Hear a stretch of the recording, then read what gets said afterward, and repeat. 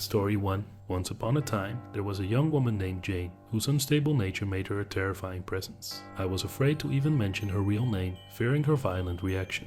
Jane hailed from a dysfunctional family, with her father at the root of many of her troubles. When her father passed away, Jane confided in me that she attended his funeral solely to discover his burial site. In the dead of night, a few days later, Jane called me, requesting a visit to the cemetery to desecrate her father's gravestone. While I personally abhorred such actions, I empathize with Jane's need to defy her father's memory. Since she lacked a driver's license, I agreed to accompany her. We arrived at the cemetery, and Jane, armed with a hammer and grocery bags, expressed her desire to smash the gravestone into countless pieces before leaving.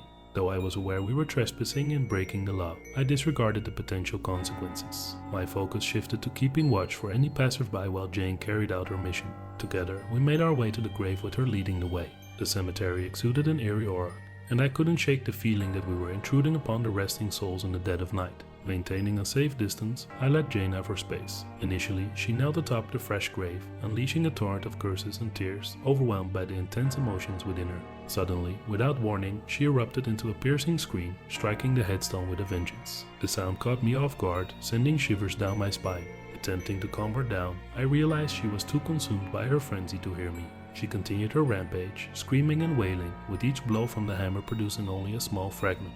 It became evident that at this pace, we would be there for an extended period, risking unwanted attention from the nearby neighborhood. I shuddered at the thought of someone stumbling upon the scene, Jane's banshee-like shrieks echoing through the graveyard, unsure whether she was a ghost or a deranged killer. Fear consumed me, and my concern for personal safety overshadowed everything else. Alone in the dark, surrounded by darkness and deceased souls, I feared Jane's volatile state. She seemed completely unhinged, venting her fury and unhealed trauma. Worried that she might mistake me for her father's ghost and attack me, I cautiously distanced myself, prioritizing my own well-being. However, Jane's frenzied rage eventually subsided, giving way to exhaustion. She paused, surveying the progress she had made. 2/3 of the headstone remained intact, but she was already drained. Then, for the first time, I saw a glint of unadulterated madness in Jane's eyes, a depth of insanity I had never witnessed before. While I had always been aware of her loose screws, this was on another level entirely. Her movements became abrupt and disconcerting. She stood before me, thrusting the hammer into my chest, commanding me to finish the task. Initially, I resisted, not wanting to be further entangled in what I believed to be Jane's personal vendetta. However, in an instant, she grabbed me by the ears, forcing my head down until our faces were inches apart. She let out a scream so loud it felt as though my eardrums might rupture. Threatening me with the hammer, she demanded that I shatter the gravestone, threatening to use it on me and bury my lifeless body beside her father. Realizing I was in too deep to back out, I reluctantly accepted the terrifying task. I was physically stronger than Jane but lacked her unhinged determination. As I began chipping away at the stone, breaking off larger pieces, Jane stood behind me, laughing maniacally. It was as if she reveled in the act, encouraging me like a witch urging another witch during a sinister ritual. I tried my best to ignore her, but her presence was impossible to disregard. I glanced over my shoulder and to my horror saw her brandishing a knife. A chill ran down my spine as she knelt behind me, straddling my back, her arms slithering over my shoulders. She whispered wickedly into my ears, her words laced with pure evil. Paralyzed with fear, I ceased swinging the hammer, afraid that any sudden movement might lead to a disastrous outcome. Jane reassured me that I was close to finishing the job, but then she did something that would forever haunt my nightmares. She extended both her hands in front of me, one holding the knife. With a swift motion, she sliced open her palm, allowing a gush of blood to flow down her wrist. In an eerie display, she whispered an incomprehensible incantation, smearing her blood-soaked hand across my face, from forehead to chin, and finally tracing the chilling line across my throat. Her hand clenched tightly at the base of my neck, and she asked if I could taste the blood. In a daze, I replied that I could, and she relished in my response. With her firm grip released, she ascended back to the grave. As Jane screamed into the night, her face stained with bloody tears, she declared that these would be the last tears shed for her father. Fixating her gaze upon the moon, her eyes wide open, she raised her hand, squeezing her wound to form droplets of blood that rained down upon her eyes and face. I stood there, utterly stunned, my mind unable to comprehend the horrors unfolding before me. When Jane turned her gaze back to me, her face drenched in gory tears, she growled, demanding that I complete the task. Overwhelmed by terror, I complied, my hands trembling as I shattered the gravestone into countless fragments. Finally, when the deed was done, I convinced Jane that it was time to leave. Thankfully, she agreed, but throughout the process of gathering the broken pieces and leaving the cemetery, her giggles persisted. Somehow, we managed to navigate through the nightmarish ordeal without attracting attention or alerting the authorities. I drove Jane back to her home, dropping her off. As she stepped out of the car, she attempted to pull me along, urging me to spend the night with her. For months, I had yearned for such a night, but now I knew deep within my being that it would bring me no solace. I fabricated an excuse about work obligations the following day and severed all ties with her out of sheer terror. Since that fateful night, I have remained haunted by the memory of Jane's deranged actions. I continue to avoid her at all costs, fearing the darkness lurking within her, forever scarred by the horrors that unfolded in the cemetery. The experience serves as a chilling reminder of the depths of human madness and the harrowing consequences of indulging in someone else's twisted desires. Story 2. I'll never forget the time when I reluctantly took up the position of nighttime security at a cemetery. It was not my desired job, but circumstances left me with no choice. Due to an unfortunate incident involving a wealthy family's child, the security agency I worked for forced me to transfer. Although I am not at liberty to discuss the details of that case, it played a significant role in my decision. Working at a cemetery was unsettling, to say the least. My boss informed me that either I accept the transfer or risk losing my job entirely. Reluctantly, I chose the former, as being unemployed was not an option at that point. The cemetery in question was the oldest in the city, boasting a rich historical background. However, recent incidents of grave robberies had necessitated the need for nighttime security. Having no predecessors to guide me, I embarked on my first night at the cemetery. To desensitize myself from the eerie atmosphere, I took numerous walks around the burial grounds. Unfortunately, instead of alleviating my unease, it only intensified my sense of dread. During one of these walks, I stumbled upon a recently disturbed grave. Though it had been refilled, the grass had yet to grow back. The worn marker hinted at the life of a woman who had lived to a ripe old age. Paying my respects, I continued my patrol, dismissing the incident as inconsequential. The initial nights passed uneventfully, lacking any significant occurrences. It was a rather uneventful start to a job, which I had grown accustomed to wrapping up by 4 or 5 am. However, the new graveyard shift from 8 pm to 8 am for 3 nights a week left me perpetually drowsy. The weak coffee available in the security booth did little to remedy my exhaustion. As I entered my second week, my weariness reached a peak, and I found it increasingly challenging to stay awake during the quiet hours. Since nothing seemed to be happening, I took the liberty of dozing off whenever I felt the need, assuming the grave robbers wouldn't dare return. Unknown to me, someone took issue with my lax approach to the job.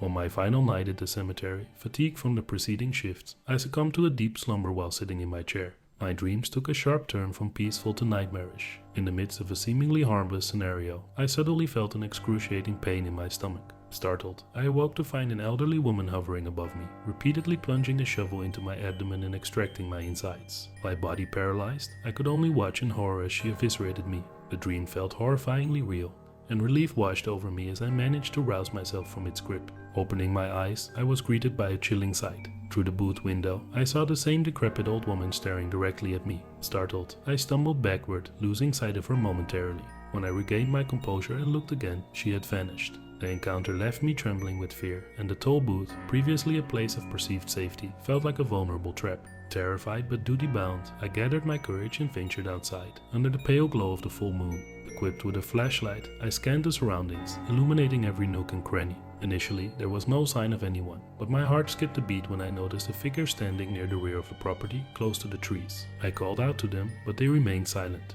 momentarily distracted by rustling bushes behind me. I turned briefly, only to discover it was a harmless possum that had been startled by my presence. Relieved, yet still on edge, I redirected my attention to the mysterious figure near the trees. However, much to my dismay, they had vanished into thin air. Perplexed by the old woman's ability to cover such ground with her frail appearance, I impulsively decided to investigate further. Walking across the expansive graveyard, I couldn't ignore the bizarre commotion unfolding in the surrounding woods. Flocks of birds took flight simultaneously, their wings creating a cacophony of flapping. The eerie screeches pierced the night, amplifying my sense of unease. Even the distant howls of a pack of coyotes added to the chaotic symphony. It felt as though nature itself was warning me against proceeding, but a nagging instinct pushed me forward, fearing the consequences of halting my exploration. Finally reaching the edge of the cemetery, I found myself engulfed in an eerie stillness. All the noises from the woods abruptly ceased, as if a switch had been flipped. The sudden silence sent shivers down my spine, and I muttered to myself in bewilderment. Just as I was about to turn around and retreat, my gaze fell upon the grave beneath my feet, the very one that had been robbed. A realization washed over me, filling me with a chilling dread. I had unknowingly stood upon the resting place of the old woman I had encountered before. In an instant, I felt a pair of cold, bony hands wrap around my throat, and a forceful blow sent me sprawling to the ground. My assailant remained invisible, their strength astonishing as they repeatedly smashed my face into the recently replenished soil. Oxygen deprivation threatened to engulf me as I teetered on the edge of consciousness. But just as it seemed my fate was sealed, the onslaught abruptly ceased, the grip releasing its vice-like hold. Gasping for air, I scrambled to my feet, my eyes scanning the area for any sign of my attacker. To my bewildered relief, there was no one in sight. It was as if the encounter had evaporated into thin air, leaving me disoriented and shaken to my core. The physicality of the assault had felt undeniably real, but now there was no trace of its perpetrator. Quivering with a mixture of fear and confusion, I decided that I could no longer endure another minute at that accursed job. With a frantic rush, I made my way back to my car, leaving the cemetery behind without a backward glance. In that moment, I resolved to sever all ties with that haunting place. As the years passed, that nightmarish event continued to haunt my thoughts. I grappled with its meaning, piecing together fragments of the puzzle. It became apparent that the spirit of the old woman, robbed of her dignity in death, had taken umbrage at my negligence. She had taken matters into her own spectral hands, ensuring that the desecration of her resting place would never recur. My rational self had always dismissed the supernatural, yet this encounter forced me to question my beliefs. It served as a stark reminder that there are inexplicable forces at play in our world, ones that can shatter the illusions of certainty and logic. Now, whenever I find myself on the brink of slacking off at work, a fleeting glimpse of the old woman in the periphery of my vision reminds me of the consequences of negligence, urging me to remain vigilant. Though it may seem implausible to others, I know the truth of that chilling night. It has forever altered my perspective, reminding me that there are realms beyond our comprehension, lurking just beneath the surface of our ordinary lives. And so, I carry the weight of that experience, forever wary of the unexplained, forever changed in ways I never anticipated. The incident at the cemetery left an indelible mark on my psyche, shaping my worldview and forcing me to confront the existence of the supernatural. Haunted by the memories of that fateful night, I embarked on a quest to understand the old woman's spirit and the forces that governed her actions. My research delved into the realm of paranormal phenomena, seeking answers to the inexplicable. I explored ancient folklore, consulted with paranormal experts, and even visited haunted locations in search of validation for my own encounter. The more I delved into the subject, the more I realized that my experience was not an isolated incident. Tales of restless spirits, vengeful apparitions, and unexplained phenomena permeated the annals of history. It seemed that the world I thought I knew was intertwined with a shadowy realm filled with spectral entities and ethereal beings. Driven by an insatiable curiosity, I became determined to uncover the truth behind these supernatural occurrences. I documented my findings, compiling a comprehensive record of eerie encounters and paranormal phenomena that defied rational explanation. The more stories I unearthed, the stronger my conviction grew there was more to our existence than met the eye. As I delved deeper into my investigations, I encountered others who had experienced similar encounters with the otherworldly. Their tales validated my own experiences and instilled a sense of camaraderie in our shared search for understanding. We formed a tight-knit community, sharing our stories, theories, and the occasional chilling encounter. Together, we explored haunted houses, investigated ancient burial grounds, and conducted seances in hopes of unraveling the mysteries that haunted us. We formed a team dedicated to uncovering the truth and shedding light on the enigmatic realm that coexists with our own.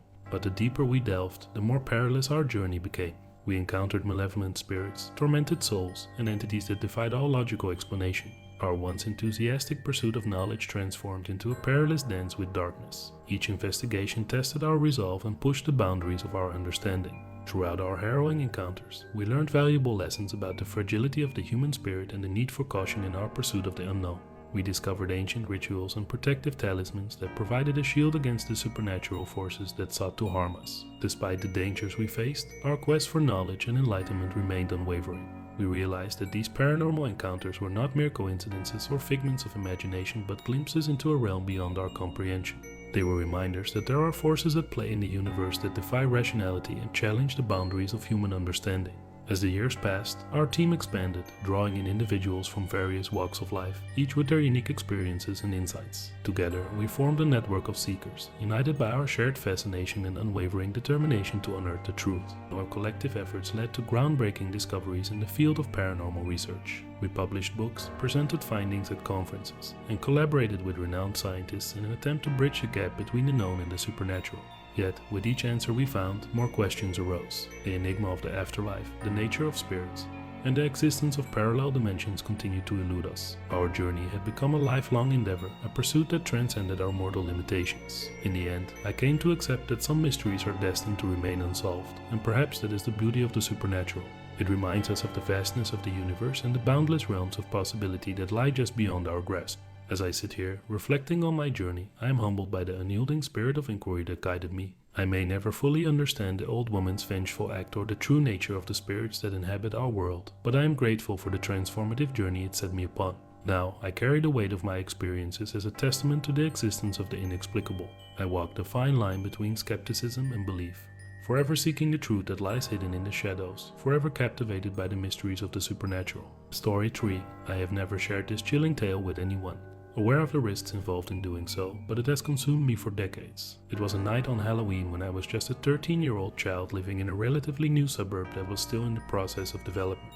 The area, particularly the cemetery located a few turns off the main road, seemed oddly untouched. Back then, the cemetery was mostly empty as not many had passed away to fill it. However, that night, my friends Aaron and Michael, whose identities I will protect, and I decided to venture into the deserted graveyard instead of going trick-or-treating.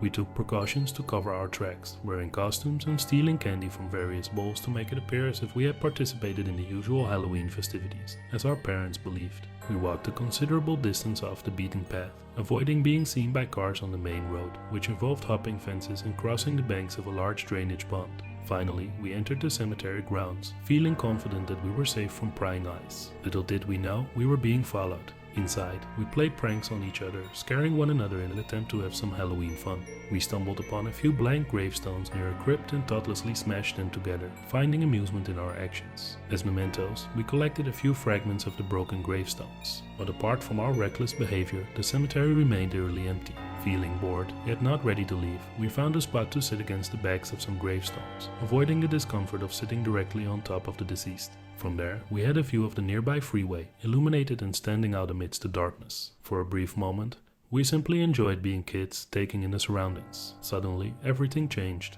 We heard what seemed like a person's voice coming from behind us. Startled, we turned around but could see nothing but the gravestones. The voice continued, calling out our names. In an attempt to appear fearless, we shouted back, denying our fear, but deep down, we were terrified. We believed we were alone in the cemetery, so we considered the possibility of encountering a vengeful ghost angered by our intrusion. With hesitant steps, we cautiously approached the source of the voice, hoping to discover someone playing a prank on us from behind one of the gravestones. Ripping broken chunks of granite, we prepared to defend ourselves against any supernatural threat. As we drew nearer, the voice uttered something that still haunts me to this day. To provide some context, Aaron's mother was gravely ill with cancer at the time.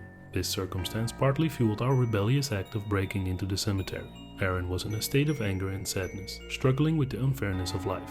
He was our friend, and seeing him endure such pain was difficult for all of us. When the voice claimed to be the ghost of Aaron's mother, his reaction was immediate. He froze, the weight of emotions overwhelming him. Trying to deny the voice's claims, he shouted back, but his voice choked with tears. The supposed ghost continued, claiming she had just passed away minutes ago, as Aaron had not been in the neighborhood like a good boy. She died wondering why her son didn't love her enough to be there with her. Aaron vehemently denied the ghost's words, but the voice persisted, driving him to the brink of despair. Michael and I did our best to console him, not knowing how to ease his pain. The atmosphere shifted abruptly when the voice, no longer resembling that of a woman, transformed into the laughter of a mischievous boy. We looked in the direction of the laughter and saw someone emerging from their hiding spot behind a gravestone. It was a boy we knew, a couple of years older than us, and a notorious neighborhood bully. It became apparent that he had followed us, intending to play a prank on us for his own amusement. Aaron's sadness instantly transformed into rage as he charged toward the bully, who was still laughing, oblivious to how furious Aaron had become. None of us anticipated what happened next. Aaron tackled the bully to the ground and began mercilessly pummeling him, venting all his pent-up frustration. We, too, despised the bully and had endured his bullying, so we stood back, allowing Aaron to teach him a lesson. However, we soon realized that things had gone too far. Aaron's assault continued, and it became apparent that he was not just using his fists but also a piece of the gravestone he had broken earlier. Within seconds, the bully fell silent, offering no resistance or sign of life. Michael and I exchanged worried glances, realizing the severity of the situation. With a mixture of shock and horror, we managed to intervene, pulling Aaron away from the motionless body. As we looked down at the bully, we were met with a gruesome sight. His face had been savagely disfigured by the jagged stone, rendering him unrecognizable. Deep gashes covered his head and face, leaving no doubt about the severity of the injuries inflicted upon him. In the darkness, a heavy silence enveloped us. Aaron's clothes, previously drenched in the bully's blood, were now devoid of visible stains, but the weight of what had transpired clung to us all. It was a burden we would carry for the rest of our lives. Aaron, overwhelmed by a wave of guilt and realization, snapped us out of our stupor. He took charge of the situation, leading us through a series of hasty decisions to cover up the crime. Fear of the consequences and the torment of our actions fueled our compliance. We contemplated coming clean but ultimately succumbed to the fear and uncertainty of the repercussions that awaited us. Together, we dragged the lifeless body to the fence surrounding the drainage pond, ripping the chain link barrier from the ground to create an opening. We maneuvered the body beneath the fence, ensuring it would be concealed on the other side. We discarded the gravestone fragments, including the ones we had intended as souvenirs, into the pond. Stripping the bully's jeans and shoes, we secured a gravestone beneath his shirt, fastening it with the jeans tied tightly around his torso. Stones were placed in his shoes to weigh them down. Aaron, consumed by a mixture of emotions, half filled with remorse and half fueled by desperation, waded into the pond, holding the body afloat until he reached neck-deep water. With a heavy heart, he released his grip, allowing the lifeless form to sink into the murky depths. Emerging from the water, Aaron appeared transformed, a shadow of his former self. We had to wait for Aaron's clothes to dry partially, ensuring we didn't appear obviously drenched upon our return to the neighborhood. Moreover, we needed to ensure that the body would not immediately resurface, arousing suspicion. We perched ourselves on the banks of the pond, hidden from view, enveloped in an eerie silence that mirrored the weight of our secret. The news of the bully's disappearance spread like wildfire, becoming the talk of the town for weeks. The unsolved mystery tormented us, especially Aaron. While Michael and I managed to regain a semblance of normalcy after a couple of years, Aaron was irreparably altered, following his mother's eventual passing. He withdrew further into himself, severing all ties with us and refraining from making any new connections. He became an isolated figure, a ghost haunting the town's periphery. Only Michael and I knew the true reason behind his withdrawal. Years passed, and the weight of our shared secret continued to burden us. We lived in constant fear of being discovered, haunted by guilt and the memory of that fateful night. The guilt gnawed at us, leaving scars deeper than any physical wound. As time went on, our lives took different paths. Michael and I managed to find solace in the distractions and routines of adulthood, burying the memories of that horrific event deep within our subconscious. However, Aaron remained trapped in a perpetual state of anguish, unable to escape the clutches of his past. When Aaron turned 17, he reached a breaking point. Overwhelmed by the weight of his guilt and the consequences of his actions, he vanished without a trace. He ran away from the town that had become a constant reminder of his darkest secret, leaving behind only unanswered questions and shattered friendships. The disappearance of Aaron intensified the whispers and rumors that still circulated about the unsolved case. People speculated, pointing fingers in various directions, but the truth remained hidden beneath layers of deceit and silence. Michael and I bore witness to the aftermath, a constant reminder of the darkness that lurked beneath the surface of our seemingly idyllic town. Years turned into decades, and the secret we guarded so fiercely continued to haunt our conscience. The burden of guilt was a shadow that followed us wherever we went. Each passing day, we carried the weight of Aaron's actions, unable to escape the consequences of that terrifying Halloween night. The truth of what transpired that night in the cemetery remained locked away, known only to the two of us. The passage of time had not lessened the pain or the guilt, but it had taught us the importance of cherishing life, making amends, and seeking redemption. We vowed to honor Aaron's memory by striving to be better, by facing the consequences of our silence head-on. Together, we decided to come forward, to reveal the truth and accept whatever consequences awaited us. We hoped that by doing so, we could finally find a semblance of closure and, perhaps, offer some solace to the families affected by the tragedy. The truth, once hidden, would be laid bare, a confession that would shake the foundations of our small town. But in the face of darkness, it was the only path to redemption, to confront the horrors that had haunted us for far too long. As we stood on the precipice of revelation, uncertain of the outcome, we knew that the journey ahead would be arduous. The ghost of our past would not easily be exorcised. However, we were determined to face the consequences, to atone for our silence, and, ultimately, to find a glimmer of healing in the midst of this harrowing tale.